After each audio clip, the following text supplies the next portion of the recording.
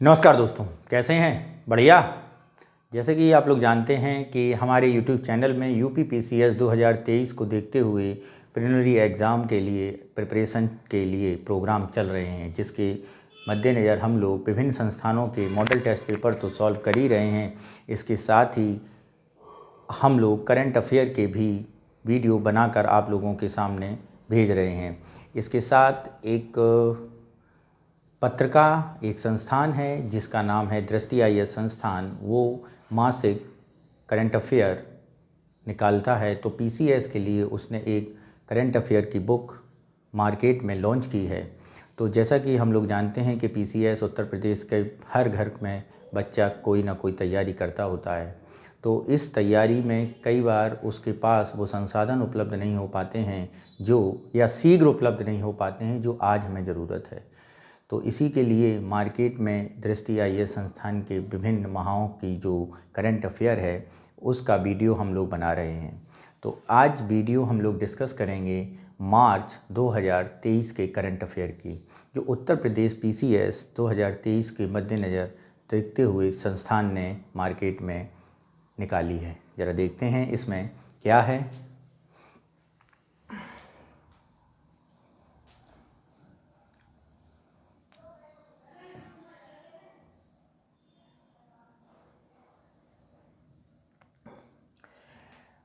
पहला हमारा पॉइंट है क्या कि गोरखपुर में क्या खुलेगा रीजनल फिल्म सिटी।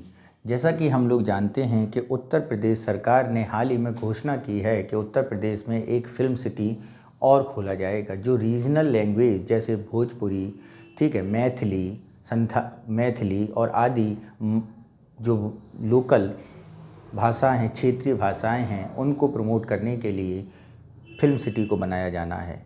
जैसा जानते हैं कि उत्तर प्रदेश में ऑलरेडी नोएडा में एक फिल्म सिटी चल रही है जो कार्यरत है या जो बनी हुई है। उसके अलावा दूसरी फिल्म सिटी उत्तर प्रदेश में खोलने जा रही है। तो वो कहाँ पे खुलेगी?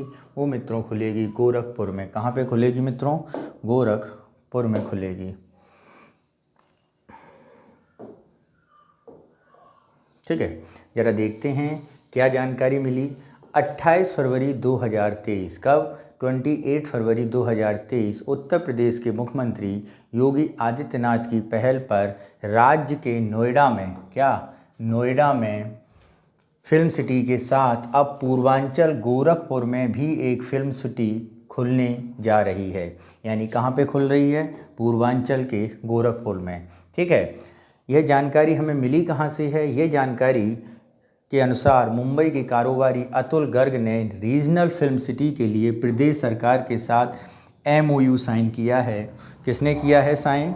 अतुल गर्ग ने। कौन है अतुल गर्ग? मुंबई के एक कारोबारी हैं और इसके लिए उन्होंने 500 करोड़ रुपए निवेश कर रहे हैं। वो कितने? 500 करोड़ रुपए।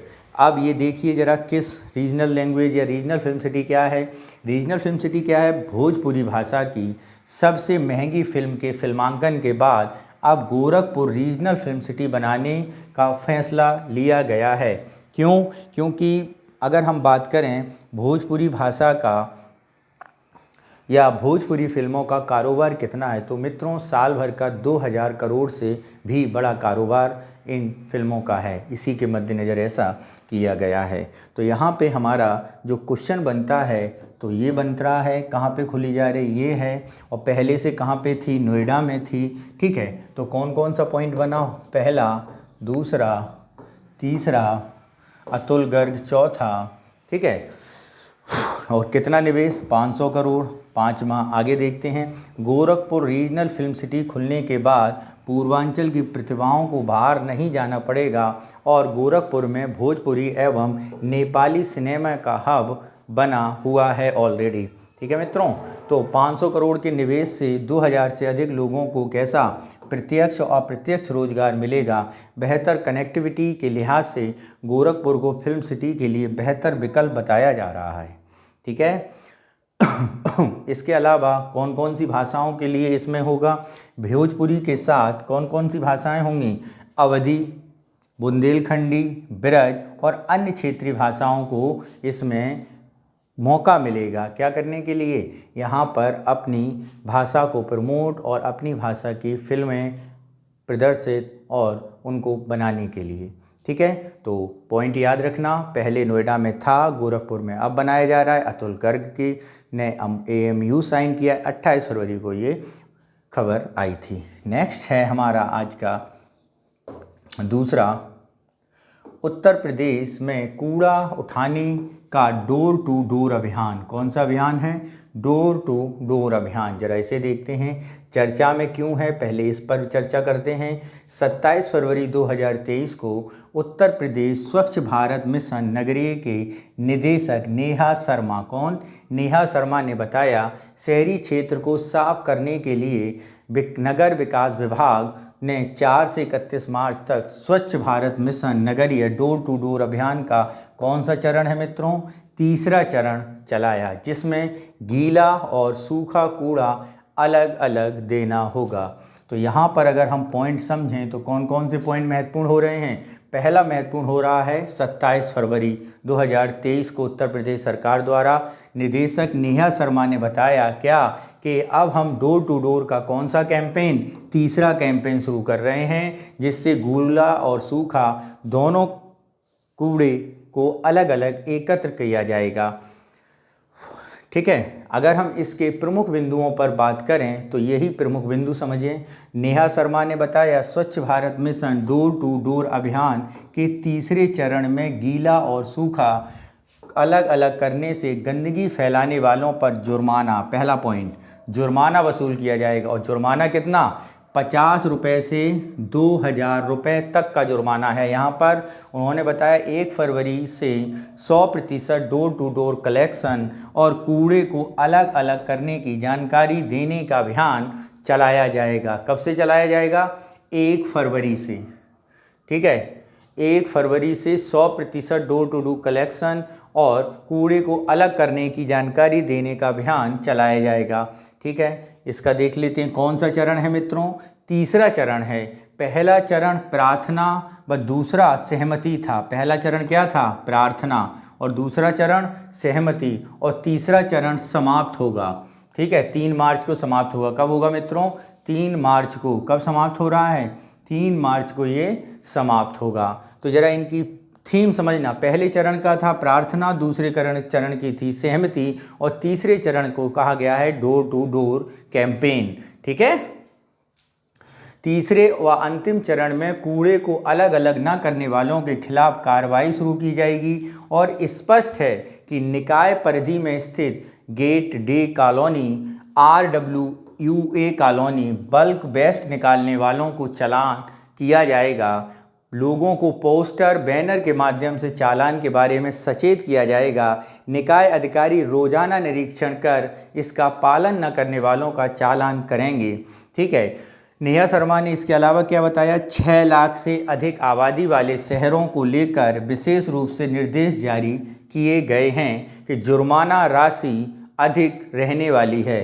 ठीक है, तो मित्रों समझे आप लोग कि जुर्माना कितना होगा, 50 रुपये से 2000 रुपये तक। पहला चरण क्या था, प्रार्थना, दूसरा चरण क्या था, सहमति, और तीसरा चरण क्या है, door to door campaign.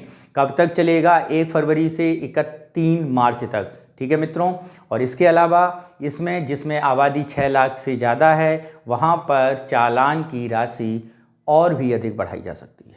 Okay मित्रों, आगे चलते हैं। अगला क्या है हमारा, क्या बताया है इसी में देख लेते हैं। सबसे कम जुर्माना नगर पंचायतों में लगेगा। यहाँ एक तो आबादी कम होती है और दूसरा संसाधनों का अभाव होता है।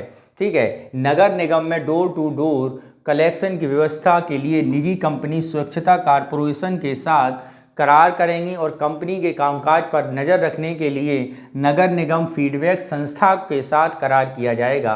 कंपनी को साफ निर्देश दिया गया है कि घरों से गीला और सूखा कचरा अलग अलग लें और अलग अलग कंटेनरों में ट्रीटमेंट प्लांट तक जाएगा। और यह नगर निगम ने चमड़े की कतरन, पेठी की वेस्ट और गोबर के लिए अलग अलग गाड़ियां चला रखी हैं। ठीक है मित्रों, तो ये है तीसरा अभियान।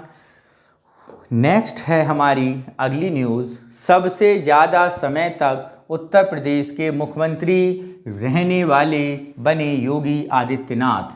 तो जैसा कि हम लोग जानते हैं, उत्तर प्रदेश के मुख्यमंत्री योगी आदित्यनाथ वर्तमान समय में हैं। सर्वाधिक लंबे समय तक उत्तर प्रदेश के मुख्यमंत्री रहने का रिकॉर्ड उन्होंने बना लिया है।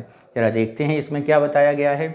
1 मार्च 2023 को उत्तर प्रदेश के मुख्यमंत्री योगी आदित्यनाथ लगातार सबसे ज़्यादा मुख्यमंत्री का कार्यकाल के पूरा करने का रिकॉर्ड बनाया है। योगी आदित्यनाथ ने यह 5 साल 347 दिन पूरे किए हैं और कांग्रेस के डॉक्टर संपूर्णानंद को पीछे छोड़ दिया है। अब डॉक्टर संपूर्णानंद 54 से लेकर 60 तक 5 साल 345 दिनों तक मुख्यमंत्री रहे थे। ठीक है, नेक्स्ट बिंदु क्या है, इसके जरा महत्वपूर्ण बिंदु समझते हैं।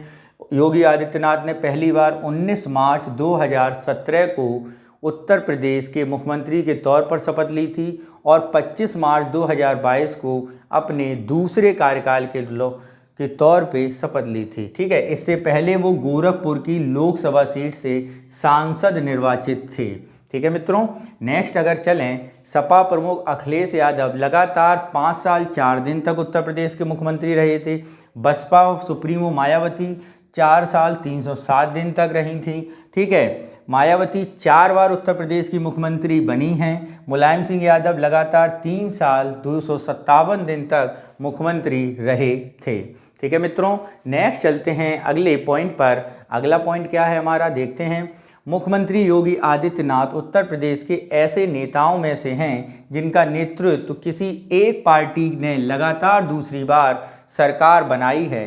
2022 के विधानसभा चुनाव में फिर से बीजेपी को लगातार दूसरी बार पूर्ण बहुमत की सरकार सत्ता में आई है और दोबारा मुख्यमंत्री बने हैं।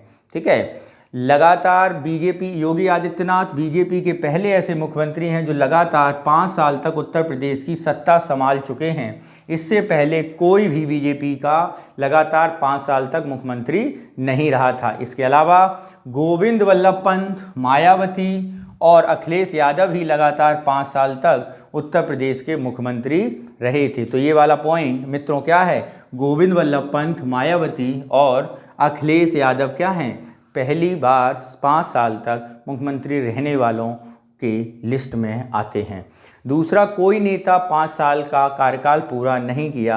कांग्रेस के नारायण दत्त तिवारी के बाद योगी दूसरे ऐसे मुख्यमंत्री हैं जिनके नेतृत्व में किसी एक पार्टी ने प्रदेश में दूसरी बार सरकार बनाई है। 37 साल पहले नारायण दत्त तिवारी दोबारा अपनी सरकार बनाई थी। ठीक है मित्रों, तो ये योगी आदित्यनाथ से संबंधित एक पॉइंट था और इसमें कुछ पॉइंट हमारे महत्वपूर्ण निकले। जैसे योगी के अलावा कितने लोग 5 साल तक रहे, तो गोविंद वल्लभ पंत, मायावती, अखिलेश यादव। योगी के अलावा कौन लगातार दूसरे कार्यकाल के लिए चुना गया, तो नारायण दत्त तिवारी। योगी का कार्यकाल कितना है, 5 साल 347 दिन। इससे पहले डॉक्टर संपूर्णानंद 5 साल 345 दिन।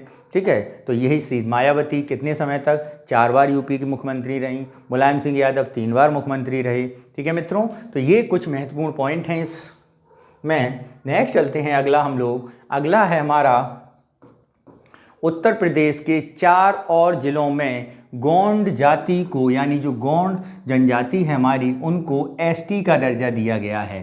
ठीक है, किसको, एसटी का। अब वो कौन से 4 ज़िले हैं, और दूसरी बार ये जो ज़िले हैं ना, तो इन ज़िलों में से पहले क्वेश्चन जरा समझिए, कैसे नए कौन कौन से ज़िले हैं, गोंड जनजाति उत्तर प्रदेश में किस किस ज़िले में मिलती है, इसके बारे में देखते हैं। तो पहले चर्चा में देखें क्या है।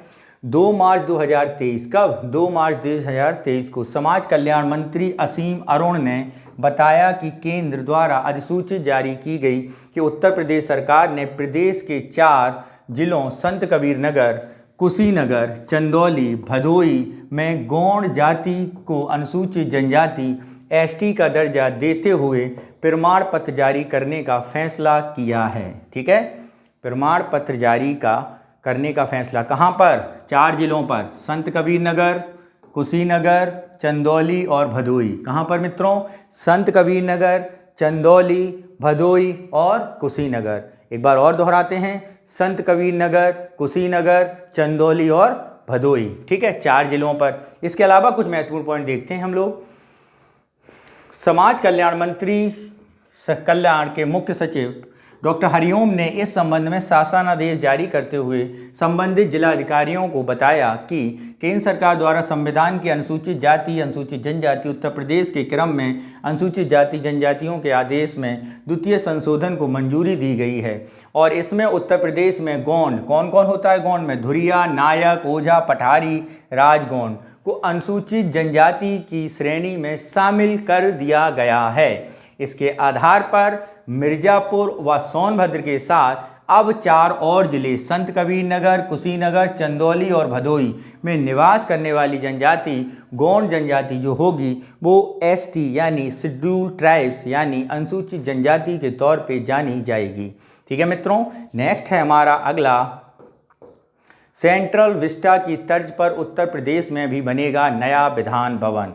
सेंट्रल विस्टा क्या है? जैसा कि हम लोग जानते हैं कि हमारी संसद का नया भवन बन रहा है, नया संसद भवन बनाया जा रहा है जिसमें मॉडर्न संसद भवन होगा और इसके साथ ही इसमें लोकसभा की सीटें और राज्यसभा की सीटों की संख्या भी बढ़ा दी गई है और ये बनकर तैयार हो जाएगा 2026 तक।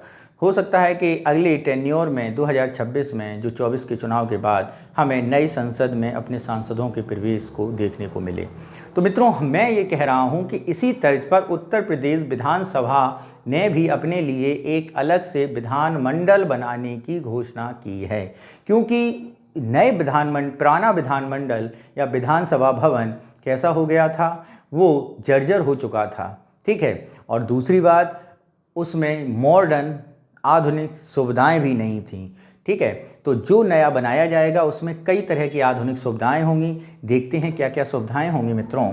3 मार्च 2023 को उत्तर प्रदेश के विधानसभा अध्यक्ष, कौन है विधानसभा अध्यक्ष? सतीश महाना, ठीक है, ने बताया कि देश के नए संसद भवन सेंट्रल विस्टा की तर्ज पर उत्तर प्रदेश को भी जल्द ही नया विधान भवन सौगात में मिलेगा। ठीक है, 18वीं विधानसभा के सदस्यों को नई विधानसभा में बैठने का मौका मिलेगा। ठीक है, देखते हैं आगे क्या है बताया सतीश महाना जी ने।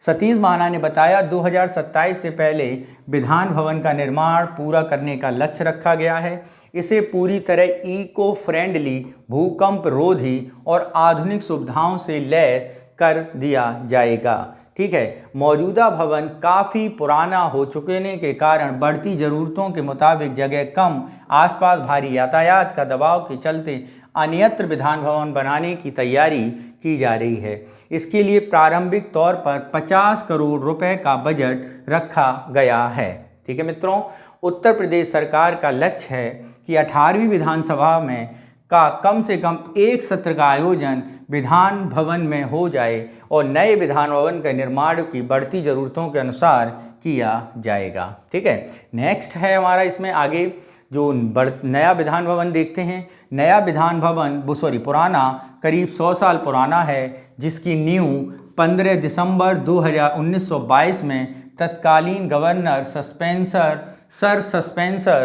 स्पेंसर हाईकोर्ट बटलर ने रखी थी। हरकोर्ट बटलर ने रखी थी। किसने रखी थी? स्पेंसर हरकोर्ट बटलर ने। करीब 6 साल में बनकर तैयार हुआ था। 21 फरवरी 1928 को इसका उद्घाटन किया गया था। ठीक है, और मौजूदा विधान भवन का निर्माण कोलकाता की मेसर्स मार्टिन एंड कंपनी द्वारा किया गया था। किसके द्वारा? Messrs Martin company. और मुख्य आर्किटेक्ट सर स्कोबिन जैकब और हीरा सिंह थे। उस समय विधानसभा के निर्माण में कितनी लागत आई थी? 21 लाख रुपए स्वीकृत किए गए थे।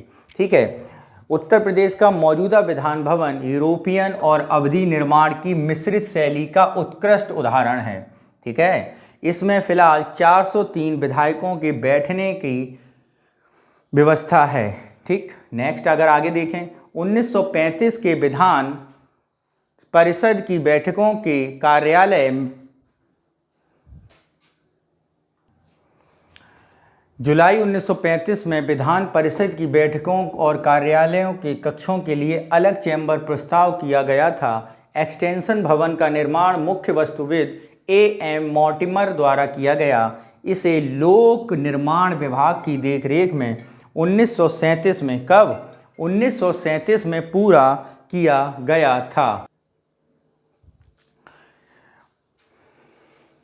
लोक निर्माण विभाग की देखरेख में 37 में पूरा किया गया था। फिलहाल इसमें 100 सदस्यों को बैठने की सुविधा है। ज्ञातव्य है सेंट्रल विस्टा प्रोजेक्ट दिल्ली में नए संसद भवन के साथ ही केंद्र सरकार अन्य कार्यालयों के निर्माण किया जा रहा है। माना जा रहा है नया संसद भवन भव्यता के साथ ही औपनिवेशिक काल के स्मारकों को टक्कर देने वाली स्थापत्य कला का शानदार उदाहरण बन के उभरेगा। ठीक है, नेक्स्ट है हमारा अगला पॉइंट,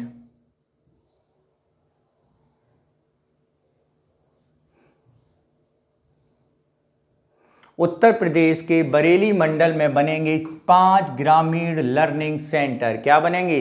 5 ग्रामीण लर्निंग सेंटर। तो बात आती है कि लर्निंग सेंटर होते क्या हैं? क्या लर्निंग सेंटर होते क्या हैं? तो ये पहले खबर देखते हैं। 5 मार्च 2023 को उत्तर प्रदेश के पंचायती राज विभाग के डीडी महेंद्र सिंह ने बताया, क्या उत्तर प्रदेश के बरेली मंडल में 5 लर्निंग सेंटर बनाए जाएंगे जिनमें ग्रामीण को गांव स्तर पर ट्रेनिंग दी जाएगी। प्रमुख बिंदु की बात करें, पंचायती राज विभाग के डीडी महेंद्र सिंह ने बताया, ग्रामीणों की आर्थिक स्तर पर मजबूत करने के लिए बरेली मंडल के चारों जिलों के 5 मॉडल पंचायत घरों को लर्निंग सेंटर बनाया जाएगा। इसके अंतर्गत बरेली, पीलीभीत, बदायूं में 1 और शाहजहांपुर में 2।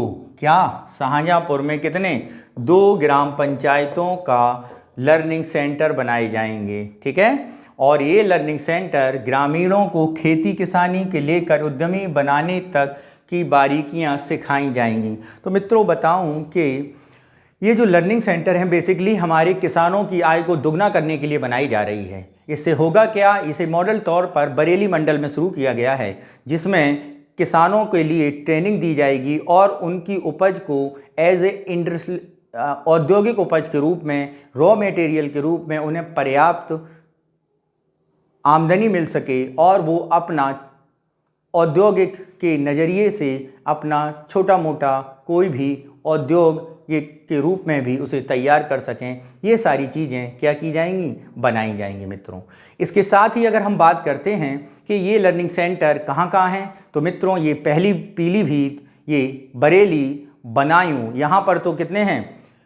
बरेली, पीलीभीत, बदायूं, यहाँ पर तो 1 है, लेकिन शाहजहांपुर में कितने हैं? 2 बनाए जा रहे हैं। तो यहाँ पर यदि बात करें तो टोटल कितने लर्निंग सेंटर हो रहे हैं उत्तर प्रदेश में? 5 लर्निंग सेंटर हो रहे हैं, जिसमें किसान न केवल एक किसान के तौर पे बल्कि एक औद्योगिक, एक उद्योग, एक इंडस्ट्रियलिस्ट के तौर पे भी उसे उभारने, उसे ट्रेनिंग देने की बात की जा रही है। ठीक है मित्रों, आगे देखते हैं इसमें और क्या बताया गया है। शासन ने पंचायती राज विभाग को लर्निंग सेंटर बनाने के लिए 25 लाख बजट जारी कर दिया है। एक सेंटर विकसित करने में 5 लाख की रकम खर्च होगी। प्रोजेक्ट में ट्रेनिंग के समय तमाम जरूरी उपकरण मुहैया कराए जाएंगे। महेंद्र सिंह ने बताया कि सरकार गांव स्तर पर विकास की योजनाओं को प्रभावी ढंग से लागू करने के प्लान पर अमल कर रही है। इसमें ग्रामीणों की भागीदारी की जा रही है। लोगों को सरकार की योजनाओं की जानकारी के साथ उनका फ़ायदा लेने के लिए समझाया जाएगा। उन्होंने बताया कि ऐसे ग्राम पंचायतों को लर्निंग सेंटर के लिए चुना गया जहां पंचायत भवन और सामुदायिक केंद्र की बिल्डिंग अच्छी थी। ठीक है, पंचायत घरों में कंप्यूटर, इंटरनेट, बिजली और बाउंड्री वाल बनेगी। स्वास्थ्य केंद्र, प्राथमिक और जूनियर विद्यालय, आंगनबाड़ी सेंटर भी मौजूद होंगे। ठीक है, तो ये लर्निंग सेंटर है। नेक्स्ट चलते हैं, अगला क्या है हमारा? पिछड़ों के आरक्षण को लेकर गठित आयोग ने मुख्यमंत्री को रिपोर्ट सौंपी। तो काफ़ी महत्वपूर्ण है ये भी हमारे यूपीपीसीएस के लिए। 9 मार्च को निकाय चुनाव में पिछड़े की आरक्षण तय करने के लिए गठित राज्य स्थानीय निकाय समर्पित पिछड़ा वर्ग आयोग ने योगी आदित्यनाथ को रिपोर्ट सौंप दी है। देखते हैं इसमें क्या है। जैसा मित्रों हम लोग जानते हैं कि निकाय चुनावों के लिए ओबीसी के रिजर्वेशन के संबंध में हमारे कॉन्स्टिट्यूशन ने राज्य सरकार को यह सुविधा दी है कि आप अपने अनुसार आरक्षण का वितरण कर सकते हैं। तो इसी के लिए राज्य सरकार ने एक आयोग गठित किया था जो स्थानीय निकाय चुनावों में रिजर्वेशन के अनुसार या रिजर्वेशन के लिए क्या कर सके, अपनी समीक्षा और अपने निर्णयों से सरकार को अवगत करा सके। देखते हैं, विदित है कि निकाय चुनाव में नगर विकास विभाग द्वारा जारी आरक्षण सूची पर आपत्ति बताते हुए लोगों ने कोर्ट में याचिका दाखिल की। इस आधार पर हाईकोर्ट ने बिना आरक्षण के ही चुनाव कराने के निर्देश दिए थे। इस फैसले के खिलाफ सरकार सुप्रीम कोर्ट गई और सुप्रीम कोर्ट ने सरकार के आयोग के गठन को 31 मार्च तक जिले का सर्वे कराकर तैयार करने के निर्देश दिए, लेकिन यह रिपोर्ट समय सीमा के करीब 22 दिन पहले ही सरकार को सौंप दी गई। 350 पेजों की इस रिपोर्ट में 2 महीने 10 दिन में तैयार की गई। ठीक है, देखते हैं, 28 दिसंबर 2022 को हाईकोर्ट के सेवानिवृत्त न्यायमूर्ति रामोतार सिंह, कौन मित्रों, रामोतार सिंह की अध्यक्षता में 5 सदस्यीय, कितने, 5 सदस्यीय आयोग का गठन किया गया। गठन के बाद उत्तर प्रदेश आयोग ने प्रदेश की 75 जिलों में, कितने, 75 जिलों में पिछड़ों की आबादी का सर्वे कराने के साथ ही रैपिड सर्वे में दिखाई गई पिछड़ी जाति के आंकड़ों, पूर्व में शासन द्वारा जारी आरक्षण, चक्रानुक्रम प्रक्रिया आदि का परीक्षण किया। आयोग ने जिले में भ्रमण के दौरान चक्रानुक्रम आरक्षण और रैपिड सर्वे प्रक्रिया मिली खामियों को और उन्हें दूर करने के सुझाव भी मुख्यमंत्री को दिए। ठीक है, इसके बाद रिपोर्ट मिलने के बाद अब इसे कैबिनेट की मंजूरी दी जाएगी और इसके बाद रिपोर्ट की जानकारी सुप्रीम कोर्ट को देते हुए निकाय चुनाव कराने की अनुमति मांगी जाएगी। आधिकारिक सूत्र बता रहे हैं कि रिपोर्ट के आधार पर सीटों के आरक्षण में बड़ा उलटफेर होगा।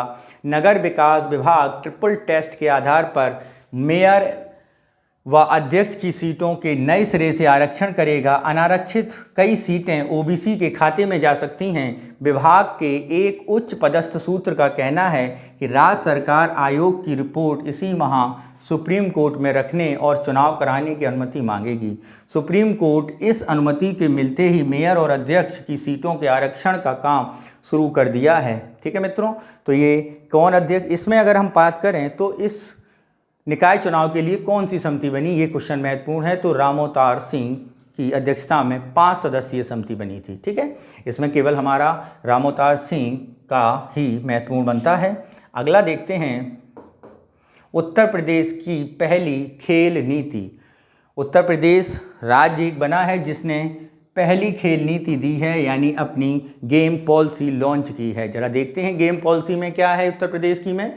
10 मार्च 2023 को उत्तर प्रदेश के कैबिनेट के वित्रेश के खेल और खिलाड़ियों को बढ़ावा देने के लिए खेल संस्कृति विकसित करने के लिए आई। तो सबसे पहले बात आती है कब हरी झंडी दी, 10 मार्च 2023 को। अब देखते हैं इसमें क्या है खेल नीति में।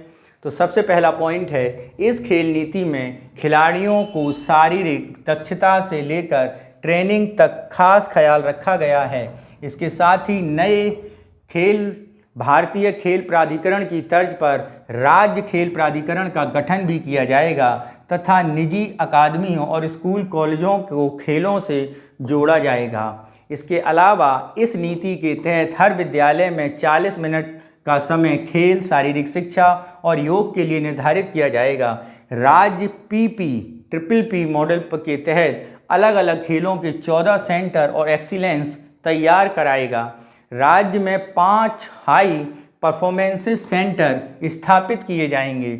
तो यहाँ पे मित्रों इतने में समझ लेते हैं। तो सबसे पहली तो बात ये आती है, जैसे भारत खेल प्राधिकरण है उसी की तर्ज पर राज्य खेल प्राधिकरण बनाया जाएगा। अगला पॉइंट आता है क्या, अगला पॉइंट अगर इसमें देखें तो प्रत्येक स्कूल, चाहे वो निजी हो चाहे वो गवर्नमेंट हो, सभी स्कूलों में खेल के लिए एक समय सारणी तैयार की जाएगी। ये लिखा देखिए, कॉलेजों में खेल से जोड़ा जाएगा। ठीक है, सारे स्कूलों को। नेक्स्ट चलते हैं, अगला पॉइंट क्या है। मुख्य सचिव नवनीत सहगल ने बताया कि नई नीति विभिन्न खेल एसोसिएशनों व खेल अकादमियों को आर्थिक मदद करेगी। आर्थिक रूप से कमजोर अकादमियों और खेल एसोसिएशनों को इसका फायदा मिलेगा। सरकार से मिलने वाली वित्तीय सहायता से ये एसोसिएशन अकादमियाँ अवस्थापना और ट्रेनिंग सुविधाओं में वृद्धि कर सकेंगे। राज्य सरकार triple P public private partnership के माध्यम से राज्य में खेलों की सहायता और उसके साथ साथ खेल अवस्थापना सुविधाएं विकास में भी सहयोग करेगी। ठीक है मित्रों, इसके बाद आगे देखते हैं, नई खेल नीति के तहत राज्य खेल प्राधिकरण भारतीय खेल प्राधिकरण की तर्ज पर काम करेगा। इसके तहत विभिन्न खेलों की स्किल अपग्रेड किया जाएगा और प्रशिक्षण कैंप, प्रशिक्षकों आदि का संचालन किया जाएगा। ठीक है, इसके बाद देखते हैं,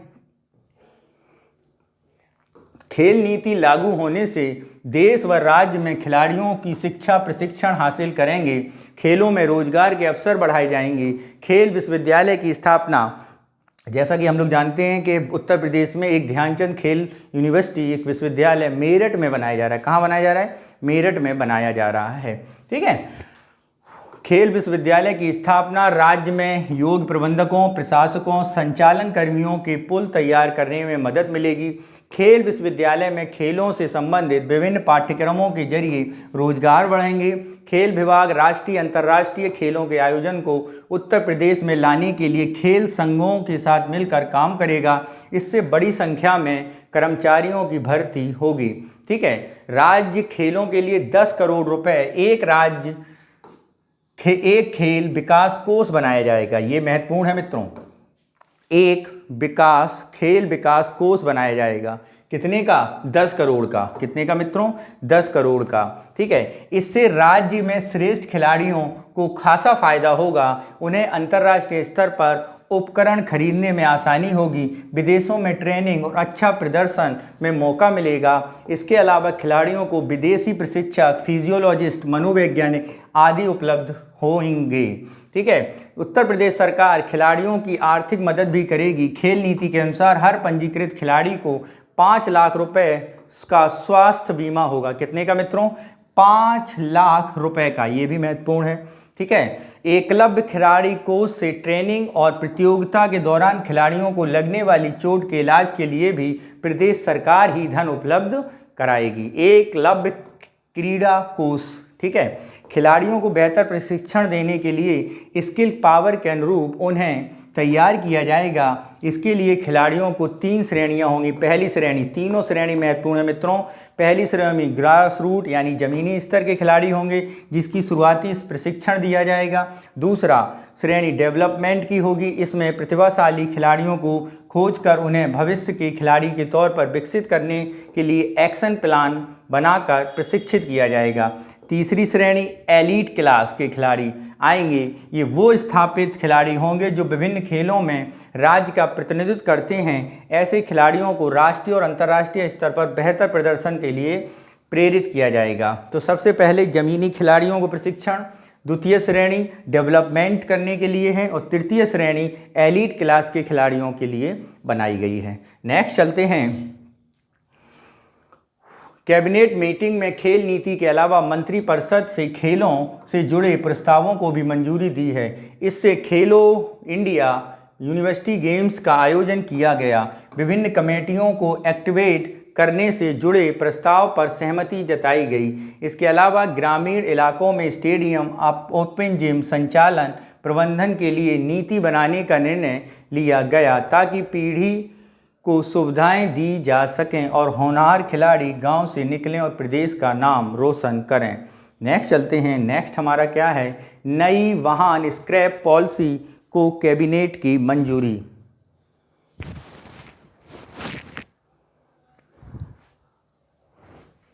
जरा इसे देखते हैं।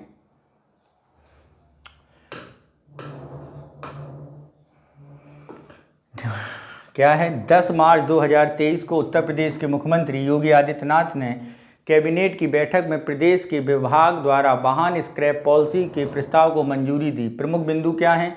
राज्य परिवहन मंत्री दयाशंकर सिंह ने बताया, पुराने वाहन के संचालन से होने वाले प्रदूषण को रोकने के लिए वाहन स्क्रैपिंग नीति लागू की गई है। इसके तहत कार्रवाई करने पर प्रदेश को केंद्र सरकार से 300 करोड़ रुपए प्राप्त होंगे।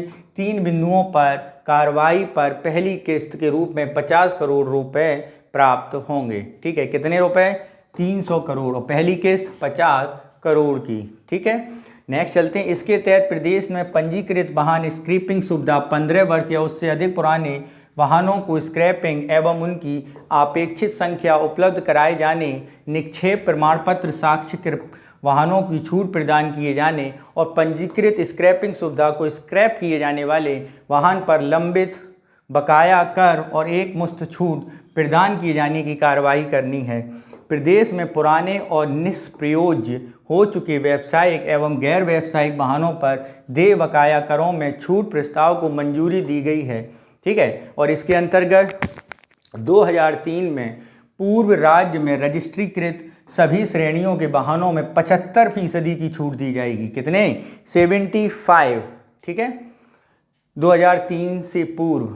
नेक्स्ट अगर हम बात करते हैं, नई वाहन स्क्रैप पॉलिसी के तहत यह छूट अधिसूचना जारी किए जाने की तिथि के 1 वर्ष के लिए मान्य होगी। यह छूट वाहन स्वामी के वाहन पर छूट के बाद देय धनराशि को एक मुश्त जमा करने पर ही प्राप्त होगी। ठीक है, इसके बाद अगर हम बात करें, उत्तर प्रदेश मोटर वाहन कराधान अधिनियम 1997 की धारा 4 के अधीन गैर व्यावसायिक एवं व्यावसायिक वाहनों को देय बकाया होगा। ठीक है, इससे पूर्व 2008 में, इसके बाद 2013 में और इससे पूर्व राष्ट्रीय राजधानी में पड़ने वाले इस राज्य के जिलों में रजिस्ट्रीकृत सभी श्रेणियों में डीजल चलित वाहनों पर 50% की छूट होगी। ठीक है, डीजल चलित वाहनों पर रजिस्ट्रीकृत यान स्क्रैपिंग सुविधा को केंद्र स्क्रैप कराने वाले वाहनों पर लगाए गए जुर्माने में 100% छूट होगी, और लेकिन यह वाहनों पर जुर्माने की छूट दे सभी बकाया करों पर अनुमन्य होगी। ठीक है मित्रों, नेक्स्ट अगर हम चलें अगली न्यूज़ पर, तो अगला जो हमारा पॉइंट है वो है उत्तर प्रदेश में खुलेंगे 4 नए विश्वविद्यालय। क्या खुलेंगे? 4 नए विश्वविद्यालय। जरा इसे देखते हैं, कितने विद्यालय खुल रहे हैं? 4 नए निजी विश्वविद्यालय। देखते हैं कैसे खुलेंगे। 10 मार्च को घोषणा की गई है कि प्रदेश में 4 नए निजी विश्वविद्यालय की इजाज़त योगी आदित्यनाथ द्वारा प्रस्तुत किए गए में दी गई है। क्या है इसमें? उच्च शिक्षा विभाग जल्द ही आशय पत्र जारी कर इसका निर्माण शुरू करेगा। इसमें वरुण अर्जुन विश्वविद्यालय शाहजहाँपुर, TS मिश्रा विश्वविद्यालय लखनऊ, फारूक हुसैन विश्वविद्यालय आगरा और विवेक राष्ट्रीय विश्वविद्यालय बिजनौर। क्या है? वरुण अर्जुन विश्वविद्यालय शाहजहाँपुर, TS मिश्रा विश्वविद्यालय लखनऊ, फारूक हुसैन विश्वविद्यालय आगरा और चौथा क्या है? विवेक राष्ट्रीय विश्वविद्यालय बिजनौर शामिल हैं। ठीक है, कौन कौन से हैं? वरुण अर्जुन विश्वविद्यालय शाहजहाँपुर में है, TS मिश्रा विश्वविद्यालय लखनऊ में है, फारूक हुसैन विश्वविद्यालय आगरा में है और विवेक राष्ट्रीय विश्वविद्यालय बिजनौर में है। ठीक है मित्रों, संबंध में जारी किए गए बयान में कहा गया है, नए प्राइवेट विश्वविद्यालयों से आशय पत्र जारी करने का उद्देश्य शिक्षा स्तर को सुधार करना है। ठीक है मित्रों, नेक्स्ट है हमारा अगला, भारतीय चारागाह एवं चारा अनुसंधान संस्थान में बीज प्रसंस्करण एवं भंडारण सुविधा का शुभ आरंभ। क्या है शुभारंभ? चर्चा में क्यों है, जरा इसे देखते हैं।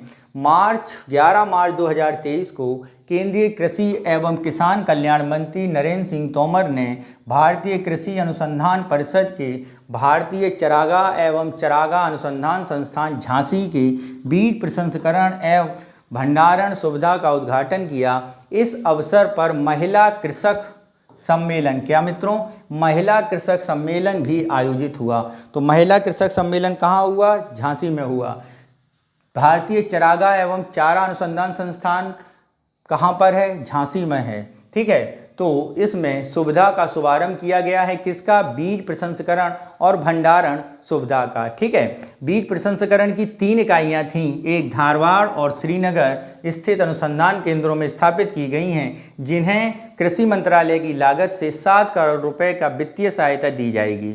ठीक है, और अगर हम बात करें इसमें क्या होगा, महिला कृषक सम्मेलन के दौरान अनुसूचित जाति उप परियोजना में अंतर्गत लाभार्थी 50 लाख रुपए को कृषि यंत्रों को वितरण किया जाएगा। ठीक है, तो अगर हम बात करें इस संस्थान की स्थापना कब की गई थी? इसकी स्थापना 1962 में की गई थी। कब की गई थी? 1962 में, 1962। प्रमुख घासें पाई जाती हैं। यह संस्थान की स्थापना की गई। बाद में 1966 में प्रशासनिक नियंत्रण भारतीय कृषि अनुसंधान परिषद नई दिल्ली को इसे सौंप दिया गया, यानी ICAR इसकी प्रशासनिक बॉडी है, एडमिनिस्ट्रेटिव बॉडी है। ठीक है, नेक्स्ट चलते हैं क्वेश्चन नंबर, अगला पॉइंट है हमारा, संस्कृत सीखने के लिए बनाया ऑनलाइन गेम शास्त्रार्थ। किसने बनाया है शास्त्रार्थ? जरा देखते हैं मित्रों, काफ़ी सुर्खियों में रहा है।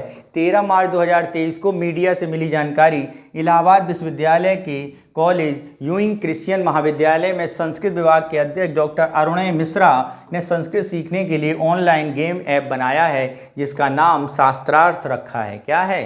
शास्त्रार्थ। क्या है? इसमें बेसिकली खेल खेल में संस्कृत सिखाने की बात कही गई है। कैसी? खेल खेल में संस्कृत सिखाने की बात कही गई है। और इसमें जो खेल होगा वो संपूर्ण भारत के संस्कृत छात्रों के बीच आपस में गेम खेला जाएगा और प्रत्येक प्रश्न के लिए कितना समय मिलेगा? 3 सेकंड मिलेंगे। ठीक है। प्ले एलोन में जहां इसे केवल अकेले खेला जाएगा, वहीं play with friends, play online में 2 व्यक्ति आपस में कहीं से भी ये गेम खेल सकते हैं। ठीक है मित्रों, तो ये समझ गए संस्कृत भाषा से प्रतियोगी परीक्षाओं की तैयारी करने वालों को इससे मदद मिलेगी। ठीक है, नेक्स्ट चलते हैं अपना, क्या है?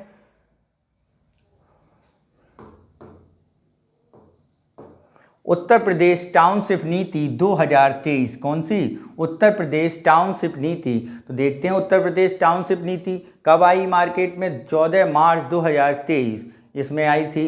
और क्या प्रस्तावित किया गया है? हाईटेक टाउनशिप नीति समाप्त हो चुकी है। अब इंटीग्रेटेड नीति 500 एकड़ एवं हाईटेक में 1500 एकड़ की अनिवार्यता कर दी गई है। प्रस्तावित टाउनशिप नीति 23 में 2 लाख से कम आबादी वाले शहरों में न्यूनतम 5 एकड़ की जमीन और अन्य शहरों में 25 एकड़ की जमीन पर कॉलोनियां बसाने की अनुमति दी जाएगी। कॉलोनियों तक जाने के लिए 24 मीटर और अंदर 12 मीटर की सड़क अनिवार्य होगी। ठीक है मित्रों, नई टाउनशिप नीति आ गई है। छोटे शहरों में टाउनशिप नीति 500 एकड़ और बड़े शहरों में 1500 एकड़ के लिए हाईटेक नीति बात की गई है। ठीक है, इस ग्राम समाज, सीलिंग और अन्य सभी विभागों से लेकर जमीन से लेकर दूसरे स्थान छोड़ने की सुविधा भी मिलेगी। ठीक है, 50 एकड़ से अधिक क्षेत्रफल की परियोजनाओं में कृषि भूमि, 50 एकड़ से अधिक मास्टर प्लान में आवासीय भू उपयोग व कॉलोनी बसाने का लाइसेंस मिलेगा। ग्राम समाज व शासकीय भूमि को 60 दिनों में नियमित किया जाएगा। राजस्व संहिता के सुविधा के अधीन 5 एकड़ से अधिक भूमि लेने की छूट होगी। 10 लाख से अधिक आबादी वाले शहरों में न्यूनतम 50 एकड़ में बहुउद्देशीय स्पोर्ट्स कॉम्प्लेक्स बनाया जाएगा। शहरों में sports city, film city, IT city, medi city, educational hub बनेगा, जबकि अन्य प्रमुख भवनों में डिज़ाइन को उच्च कोटि का रखा जाएगा। नेक्स्ट चलते हैं, अगला पॉइंट क्या बता रहा है हमारा? इसमें पार्टर वावर कॉम्प्लीशन सर्टिफिकेशन होगा। ठीक है, इसमें अगर हम बात करें, पहले 50 लाख रुपए था, अब इसका टर्नओवर बढ़ा दिया गया है और अब कर दिया गया है कितने लाख रुपए मित्रों? 75 लाख रुपए। कितना? 75 लाख रुपए। ठीक है, अगर हम इस नीति की नई बातें जरा ध्यान से देखें, SC ST की जमीन लेने के लिए DM की अनुमति जरूरी नहीं की गई है अब। ठीक है, चंडीगढ़ की तर्ज पर क्षैतिज विकास को बढ़ावा दिया जाएगा। पैदल चलने वालों के लिए पर्याप्त फुटपाथ यानी पटरी बनाई जाएगी। ठीक है, नेक्स्ट अगर बात करते हैं, ऊबड़ खाबड़ अनुपयोग भूमि ग्रीन बेल्ट बनाया जाएगा। पार्कों, शिपिंग कॉम्प्लेक्स, पुलिस स्टेशन के पास पार्किंग सुविधा होगी। पार्कों एवं हरित पट्टियों, बागवानी के लिए ट्रीटेड जल का उपयोग किया जाएगा। सॉलिड वेस्ट डिस्पोजेबल एवं नेट जीरो वेस्ट को पालन जरूरी होगा। ठीक है, नेक्स्ट चलते हैं हम लोग, अगला हमारा क्या है? उत्तर प्रदेश में एकल अभिभावक अफसरों को 2 वर्ष का बाल्य देखभाल यानी केयरिंग, चाइल्ड केयरिंग के लिए अवकाश कितना कर दिया है? 2 वर्ष के लिए बढ़ा दिया गया है। जरा देखते हैं, 15 मार्च को क्या किया गया है? अखिल भारतीय सेवाओं में IAS, IPS, IFS को भी 2 वर्ष यानी 730 दिन का बाल देखभाल या CCL, चाइल्ड केयरिंग लीव की सुविधा दी गई है। ठीक है मित्रों, कितने दिन की? 730 दिन की। ठीक है, नेक्स्ट अगर हम देखते हैं, अगला हमारा हरदोई में प्रस्तावित मेगा टेक्सटाइल पार्क को मंजूरी और चर्चा में है। ठीक है, हरदोई में प्रस्तावित मेगा टेक्सटाइल 17 मार्च 2023 को सरकार ने वस्त्र उद्योग के लिए PM mega integrated textile regional and apparel PM मित्र करने के लिए स्थलों की घोषणा की, जिसमें उत्तर प्रदेश का हरदोई जिला शामिल है। ठीक है, यानी जो MSME PM मित्र योजना है, जिसके अंतर्गत जो छोटे मझोले उद्योग हैं उनके लिए सुविधाएं जारी की जाएंगी। तो उसके लिए एक पार्क बनाया गया है, कहाँ पर? उत्तर प्रदेश के हरदोई में। देखते हैं, इसके लिए 1200 एकड़ की लागत से 1200 करोड़ की लागत से 1000 एकड़ की मेगा टेक्सटाइल पार्क वस्त्रोद्योग से जुड़े कार्य सुविधाएं की गई हैं। इससे प्रदेश में 10,000 करोड़ रुपए का निवेश और लाखों लोगों को रोजगार मिलेगा। पीएम मित्र के तहत उत्तर प्रदेश में हरदोई जिलों में बनने वाला पार्क संत कबीर नगर के मित्र टेक्सटाइल एंड अपैरल पार्क जैसा ही होगा।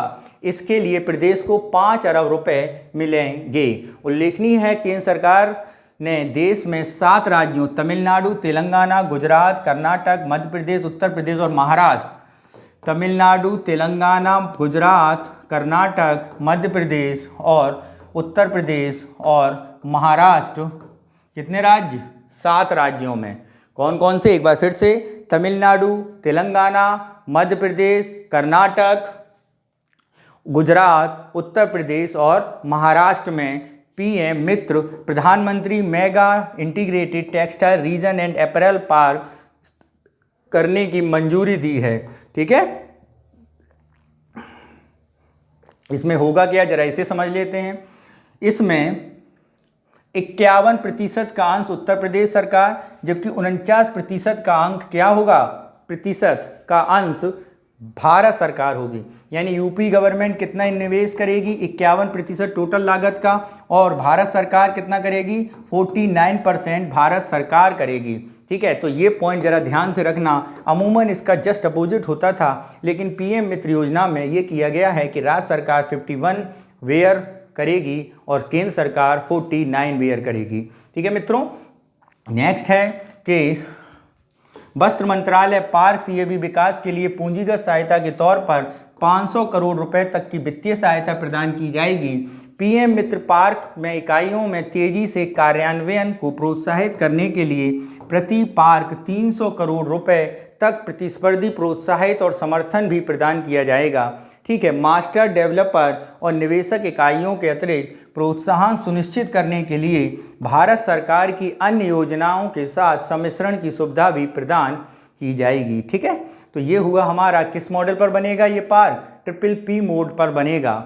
ठीक है, और कौन? हस्तकरघा एवं वस्त्र उद्योग विभाग को इसके लिए निःशुल्क भूमि उपलब्ध करा दी गई है और मुख्य सचिव हथकरघा, और इस पार्क से लगभग 1 लाख प्रत्यक्ष और 2 लाख परोक्ष रोजगार सृजित होंगे। तो कहाँ पे पार्क बनना है मित्रों? हरदोई में। कौन सा? पीएम मित्र। नेक्स्ट चलते हैं, एयरपोर्ट की तर्ज पर विकसित होंगे 5 बस अड्डे। कौन से बस अड्डे? 5 बस अड्डे। देखते हैं जरा। 16 मार्च 2023 को मीडिया से मिली जानकारी के अनुसार उत्तर प्रदेश के पहले चरण में 23 बस अड्डों के विकास की योजना के तहत 5 बस अड्डे विकसित किए जाएंगे। 5 बस अड्डों को एयरपोर्ट की तर्ज पर संवारा जाएगा और उत्तर प्रदेश सड़क परिवहन निगम को 1000 करोड़ रुपए का निवेश का प्रस्ताव दिया गया है। 5 स्थानों में 2000 से अधिक प्रत्यक्ष और अप्रत्यक्ष रोजगारों का सृजित होंगे। जल्द ही बाकी बचे बस अड्डों को लिए भी निजी डेवलपर का चयन कार्रवाई की जाएगी। ठीक है मित्रों, इन 5 बस अड्डों में एयरपोर्ट की तर्ज पर विकसित किए जाने के लिए डेवलपरों का चयन किया जाएगा, जिसमें कौशाम्बी लखनऊ का विभूति खंड बस स्टेशन, प्रयागराज का civil line bus station, Ghaziabad का पुराना बस स्टैंड और आगरा फोर्ट बस स्टेशन शामिल है। कौन कौन सा है मित्रों? कौशाम्बी बस स्टेशन, लखनऊ का विभूति खंड बस स्टेशन, प्रयागराज का सिविल लाइन बस स्टेशन और गाजियाबाद का पुराना बस स्टेशन और आगरा फोर्ट का बस स्टेशन। ये 5 बस स्टेशन विकसित किए जाएंगे एयरपोर्ट की तर्ज पर। नेक्स्ट चलते हैं, अगला पॉइंट क्या है? 276 करोड़ पुराना गाजियाबाद बस स्टेशन में 414 crore Agra fort bus station में 22 करोड़ रुपए का निवेश होगा।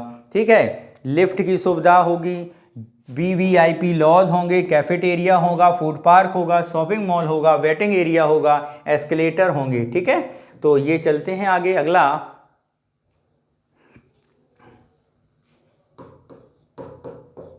प्रदेश में 44,000 प्राइमरी स्कूलों को निपुण विद्यालय का दर्जा दिया जाएगा। कितने? 44,000। किसका दर्जा? निपुण विद्यालय का दर्जा। देखते हैं 19 मार्च को मीडिया में जानकारी के अनुसार उत्तर प्रदेश बेसिक शिक्षा स्तर को सुधारने के लिए राज्य सरकार 24,000 प्राइमरी स्कूलों को निपुण का दर्जा होगा। अब जरा आप समझ रहे होंगे निपुण क्या होगा। जो विद्यालय हैं उनको क्या करना, डिजिटलीकृत अपग्रेड करने के लिए बीते दिनों समीक्षा की गई और निपुण भारत मिशन के उद्देश्य तय किया गया और प्रत्येक बच्चा अनिवार्य रूप से 2026-27 तक ग्रेड 3 के अंत तक मूलभूत साक्षरता और संख्यात्मकता प्राप्त कर ले।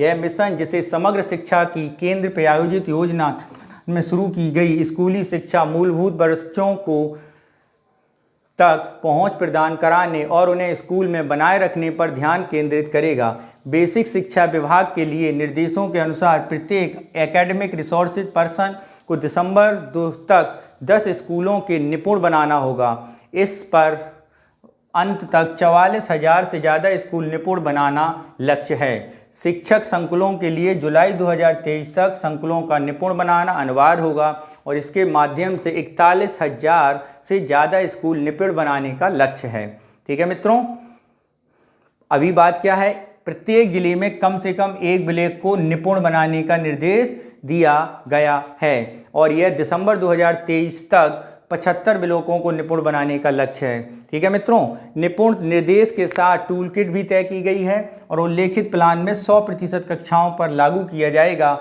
और 100% स्कूल बेस्ड असेसमेंट पूर्ण करना होगा। इसके अलावा मेंटर्स द्वारा सपोर्ट सिस्टम दिया जाएगा, जबकि डाइट स्टूडेंट द्वारा सपोर्ट असेसमेंट सुनिश्चित किया जाएगा।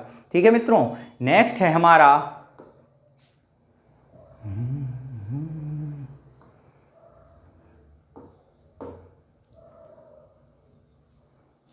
उत्तर प्रदेश में बनेंगे 20 नए हाईटेक कारागार, यानी जेलें बनाई जाएंगी कितनी? 20। ठीक है, देखते हैं मीडिया को मिली जानकारी के अनुसार उच्च स्तरीय कारागार प्रशासन का जेल की क्षमता और बंदियों की संख्या को देखते हुए कई नई जेलों का निर्माण किया जाएगा। जरा इसमें देखते हैं कि क्या क्या पॉइंट हैं हमारे।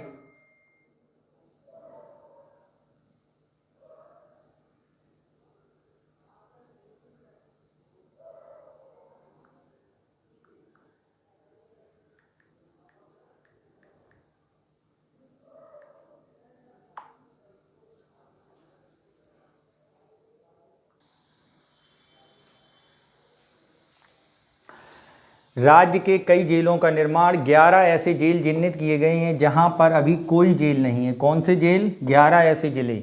तो कौन कौन से? इनके अनुसार अमेठी, महोबा, कुशीनगर, चंदौली, औरैया, हाथरस, हापुड़, संभल, अमरोहा, भदोई और शामली में नई जेल बनेगी। ये जरा सारे जिले ध्यान से पढ़ें। अमेठी, महोबा, कुशीनगर, चंदौली, औरैया, हाथरस, हापुड़, संभल, अमरोहा, भदोई और शामली, यहाँ पर नए जिले बनाए जाएंगे। ठीक है, अधिकारियों ने बताया कि राज्य सरकार ने इसके अलावा केंद्रीय कारागार के और 9 जिलों की दूसरी जिलों के निर्माण की कार्रवाई शुरू कर दी है, जबकि कुछ जिलों को बैरकों की संख्या बढ़ाई जा रही है। इसके लिए सरकार के निर्देश शासन कारागार विभाग को हरी झंडी भारी भरकम बजट जारी कर दिया जाएगा। ठीक है मित्रों, अगर आगे पढ़ते हैं, आगे इसमें क्या है, जेलों के परिदृश्य में हाईटेक टेक्नोलॉजी का यूज़ करा जाएगा और इसमें जेलों के निर्माण का 2 से 5 साल निर्धारित समय दिया गया है। ठीक है, जिला कारागार की क्षमता इसमें अधिक होगी। वरिष्ठ अधिकारियों ने बताया वर्तमान में 13,669 बंदियों की क्षमता है, जबकि 15,201 बंदी निरुद्ध हैं, जिनका अनुपात 111% है। इसके तहत 62 जिलों में 49,107 बंदियों की क्षमता है, जिसके सापेक्ष 95,597 बंदी निरुद्ध हैं, अतः अनुपात कितना है? 194%। ठीक है, और 120 बंदियों की क्षमता के सापेक्ष 148 बंदी निरुद्ध हैं, जिनका अनुपात 163 है। ठीक है, तो ये सारे के सारे महत्वपूर्ण हैं। कौन कौन से जिले बनाए जाएंगे? तो औरैया है। ठीक है, कौन कौन से जिले थे? औरैया, चंदौली, महुआ, अमेठी, हाथरस, हापुड़, संभल, अमरोहा, भदोई और शामली।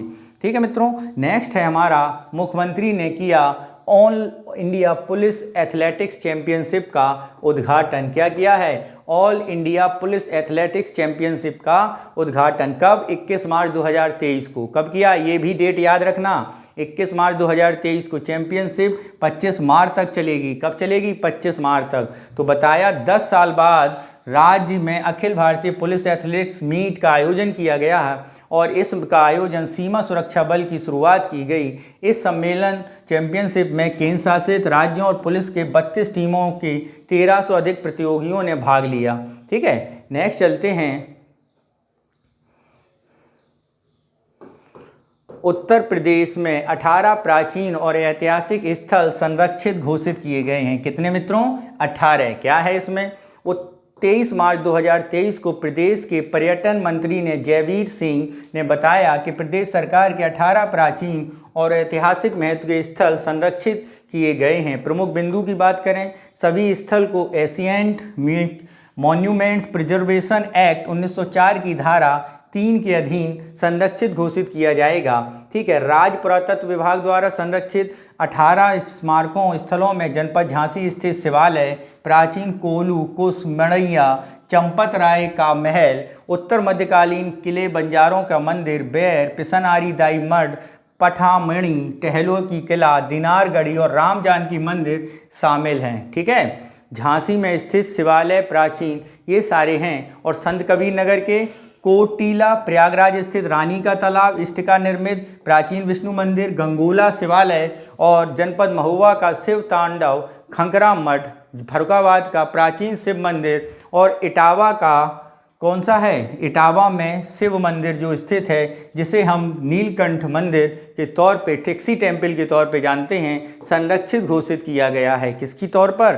टिक्सी टेम्पल के नाम से जाना जाता है, उसके बारे में बताया गया है। कितने हैं? 20 हैं।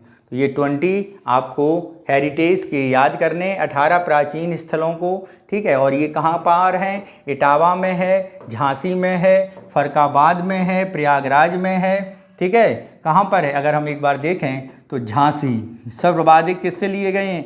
झांसी से। फिर प्रयागराज के, ठीक है, प्रयागराज, महोवा का, ठीक है, फर्रुखाबाद के बाद इटावा, ठीक है, और संत कबीर नगर।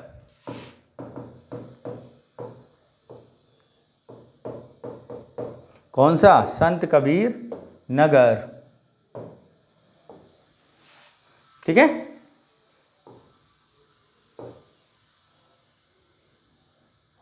प्रधानमंत्री की बनारस में वन वर्ल्ड टीबी समिट 2023 का उद्घाटन किया।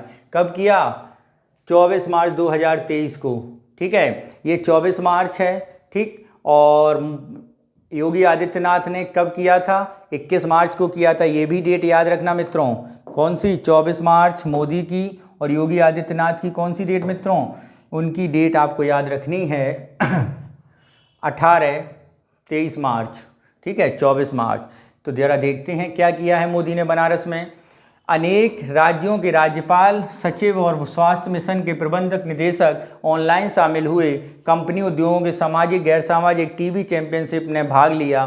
ठीक है, इस कार्यक्रम में पल्मोनरी ट्यूबरकुलोसिस यानी टीबी के प्रशिक्षण मॉड्यूल को भी लॉन्च किया गया और वार्षिक भारत टीबी रिपोर्ट 2023 का विमोचन किया गया और 2025 तक भारत को टीबी मुक्त बनाने की दिशा में देश के प्रयासों का संकल्प किया गया। ठीक है मित्रों, अगर हम बात करें प्रधानमंत्री टीबी के बारे में जागरूकता बढ़ाने, बीमारी से जुड़े कलंक को ख़त्म करने और निगरानी के लिए 2.5 लाख से अधिक ग्राम पंचायतों को करने की बात की गई है। इन अवसरों पर प्रधानमंत्री ने टीबी को खत्म करने प्रमुख कार्यक्रम संकेतकों करने के लिए और राज्यों को कर्नाटक, केंद्र शासित जम्मू कश्मीर, तमिलनाडु, पुलवामा, अनंतनाग, जम्मू कश्मीर जिलों का स्तर को पुरस्कार दिया गया है। किसको?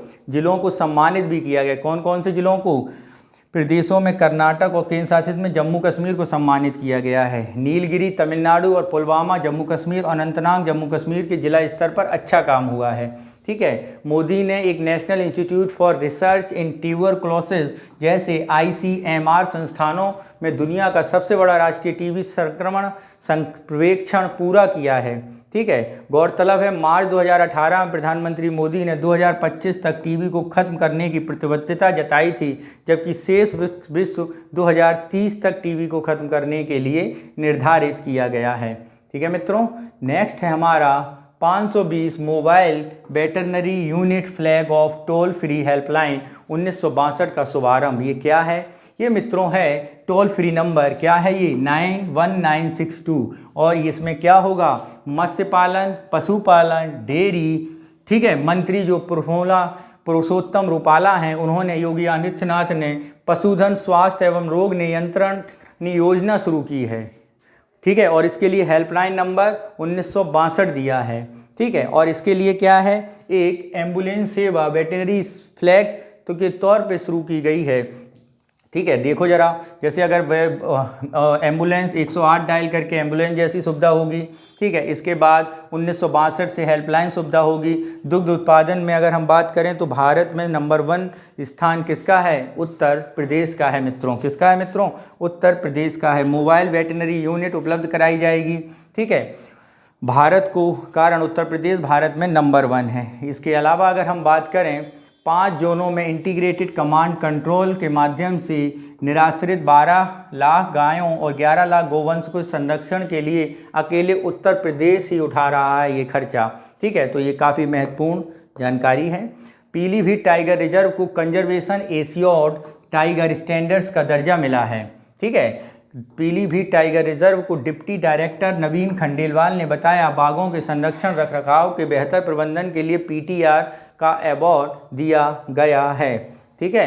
अगर इसमें हम बात करें कि कंजर्वेशन एशिया टाइगर स्टैंडर्ड का दर्जा PTR भी शामिल है, जिसके अनुसार पर्यावरण वन और जलवायु मंत्रालय ने NTC सहायक हेमंत सिंह ने पत्र जारी किया और 6 टाइगर रिजर्व काली, मेलघाट, तंडोबा, अंधेरी, नेवगांव, जरी, पेरियर और पीलीभीत को किसको 6 किसको मित्रों 6 को दिया गया है। काली, मेलघाट, तंडोबा, अंधेरी, नेवागांव, नगजोरी, पेरियार और पीलीभीत को CTS सर्टिफिकेट का दर्जा दिया गया है, ठीक है। 2014 से टाइगर रिजर्व घोषित है। 2014 में मात्र 25 थी और टाइगर रिजर्व जंगल के वितरण के बाद यहाँ पर 2020 में ये 25 से बढ़कर कितनी हो गई है?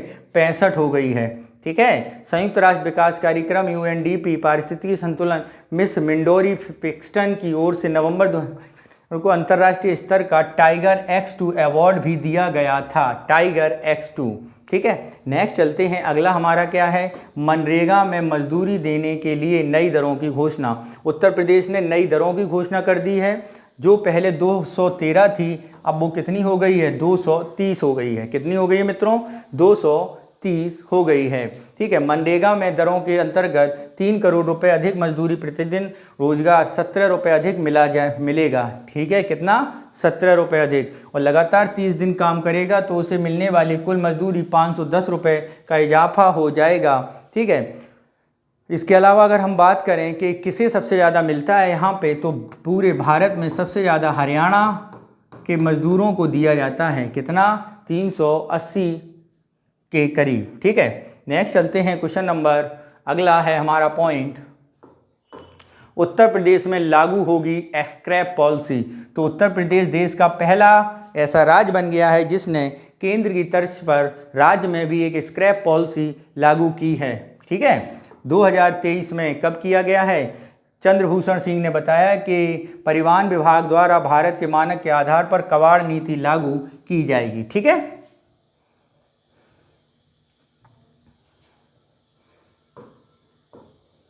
इसमें क्या उत्तर प्रदेश की कैबिनेट ने 22 प्रस्तावों को मोहर लगा दी है। कौन से 22 प्रस्ताव हैं? OBC आरक्षण समेत निकाय चुनावों की अध्यक्षता 22 प्रस्तावों को मोहर लगा दी है, ठीक है। अब ये जरा देखते हैं, इलेक्ट्रॉनिक वाहनों को पंजीकृत वाहन स्क्रैपिंग पॉलिसी, स्वामी विवेकानंद युवा सशक्तिकरण योजना से 10 लाख लोगों को योजनाएं, रोजगार, गन्ना किसानों को खेतों में मिट्टी के उपचार के लिए रसायन खरीदी सब्सिडी, ठीक है। इसके अलावा 1800 प्रति एकड़ 50% से 900% की, और उसके बाद चीनी नगर निगम मेरठ मिलों में मोइनुद्दीन को चीनी मिल डिस्टिलरी लगाई जाएगी, ठीक है। तो ये हैं कुछ महत्वपूर्ण। अमरोहा जिले में गजरौला सहकारी चीनी मिल नए प्लांट लगाए जाएंगे। प्रदेश में गोवंश और उसमें अधिकांश गायों को जन्म दर बढ़ाने का काम किया जाएगा। आगामी दिनों में बिजली उत्पादन और कोयले में निर्धारित के लिए अब सरकार ग्रीन एनर्जी पर फोकस करते हुए 400 मेगावाट के सोलर प्लांट लगाने की बात की जाएगी। इसमें चित्रकूट, झांसी, ललितपुर, जालौन में 600 मेगावाट के सोलर पार्क बनाए जाएंगे। ठीक है। अगर हम बात करते हैं अगला AKTO यानी APJ Abdul Kalam technical university Lucknow ने एक लर्निंग मशीन रोबोट को विकसित किया है। ठीक है। कब? 30 मार्च 2023 को यह रोबोट विकसित किया है, जिसका उपयोग दोनों हाथ की उंगलियों को निर्देशित कर सकते हैं, जिससे जो दिव्यांगजन हैं और जो हमारे बुजुर्ग हैं, ठीक है, उनके काम को करने में काफ़ी आसानी होगी। ओनली फिंगर ऑपरेटेड है ये। ठीक है मित्रों, जरा देख लेते हैं। रोबोट अंगूठे और अन्य का प्रयोग करके पंखे को चालू करने जैसी सुविधाएं की जाएंगी। ठीक है। किसने विकसित किया है ये हमारा APJ अब्दुल कलाम यूनिवर्सिटी लखनऊ यानी AKTU के द्वारा किया गया है। तो मित्रों, ये है दृष्टि संस्थान का मार्च का Uttar Pradesh special current affair. इसके साथ ही अन्य माहों के सारे करंट अफेयर हमारे वीडियो यूट्यूब चैनल के माध्यम से आपके सामने प्रस्तुत होंगे और इसका आपको PDF हमारे टेलीग्राम चैनल से प्राप्त हो जाएगा। तो आप इसको पढ़िए और इसको अपने मित्रों, अपने दोस्तों और अपने बंधुओं को शेयर करिए, जिससे उनका भी PT स्पेशल जो ये कार्यक्रम चल रहा है उसमें योगदान रहे और वो सफलता में आपका योगदान रहे और आपकी सफलता में हमें सच मानिए काफ़ी प्रसन्नता का एहसास होगा। धन्यवाद। जय हिंद।